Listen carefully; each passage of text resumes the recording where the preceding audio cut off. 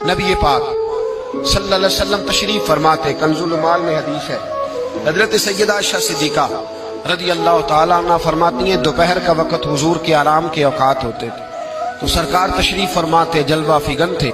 सहाबा को पता था कि इन औकात में हुजूर आराम करते हैं तो सहाबा नहीं आया करते थे जियारत को। दोपहर के खाने के बाद कुछ देर आराम फरमाते थे। फरमाती हजरत आयशा सिद्दीका की एक बूढ़ी औरत आ गई।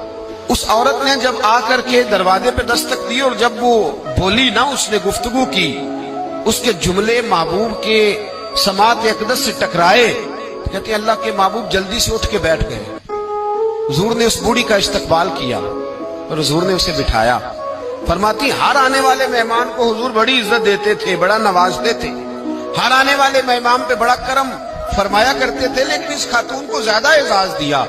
अल्लाह के महबूब अलैहिस्सलाम ने इसके लिए खाना मंगवाया, खजूरें दी, शहद के साथ तवाज़ो फरमाई।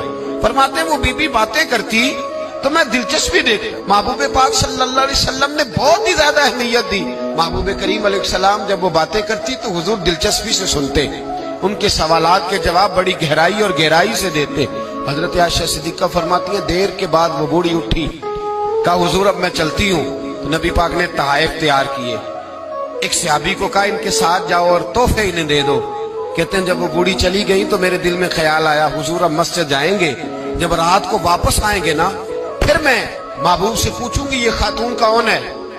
लेकिन हजरत आयशा कहती हुजूर तो गए नहीं, लेट गए और बड़ी खुशगवार कैफियत मैंने देखी। हुजूर की मुकद्दस आंखें खुली और महबूब के चेहरे पर अजीब सी रानाइयां। जनाब आयशा सिद्दीका कहती है मैं आगे बढ़ी और मैंने कदमों पे हाथ रख के अर्ज रसूल अल्लाह सल्लल्लाहु अलैहि वसल्लम, मेहमान तो रोज आते हैं, हुजूर ये काशाना नूर है, यहाँ रोशनी लेने वाले तो रोज आते हैं, ये कौन सी बूढ़ी थी कि आई है तो आपने इतना इस्तकबाल किया है, इस अंदाज में वक्त दिया है। और या रसूल अल्लाह सल्लल्लाहु अलैहि वसल्लम फिर मैं आपकी कैफियत देख कौन थी। कहती हुजूर उठ के बैठे और मैंने हुजूर की आंखों में आंसू चमकते देखे। महबूब फरमाने लगे आयशा ये मेरी पहली ज़ौजा सैयदा खतीजातुल कुबरा की सहेली थी। ये खतीजा की सहेली थी।